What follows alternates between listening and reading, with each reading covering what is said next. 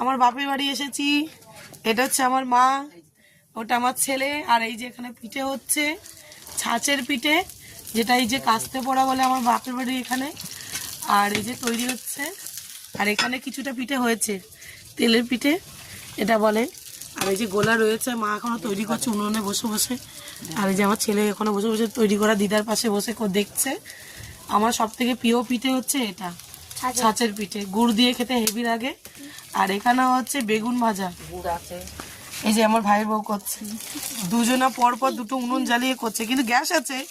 এটা এখানে কাঠের জালে রান্না হয় এই জায়গাটায়। এই যে সব বসে রান্না বান্না হচ্ছে, দেখছো?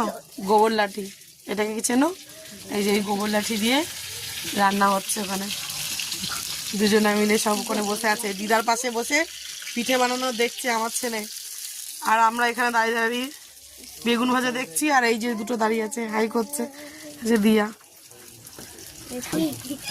আর আমি তো পুরো অন্ধকার।